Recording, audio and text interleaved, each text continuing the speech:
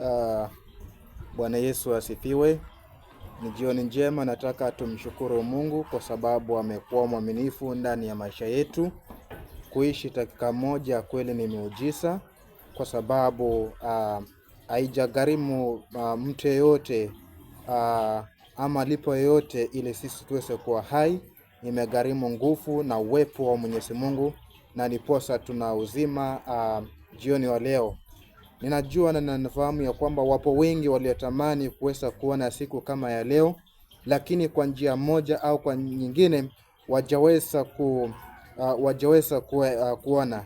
Lakini sisi ambaye tumeweza kuona siku ya leo, ninataka tuweze kujitia moyo na kusema ya kwamba Mungu ana makusudi na ana kila jambo kwa nini tuko hai, ili sisi tuweze kushukuru yeye na kuweza kutambua ya kwamba anaishi na kutembea ndani ya maisha yetu.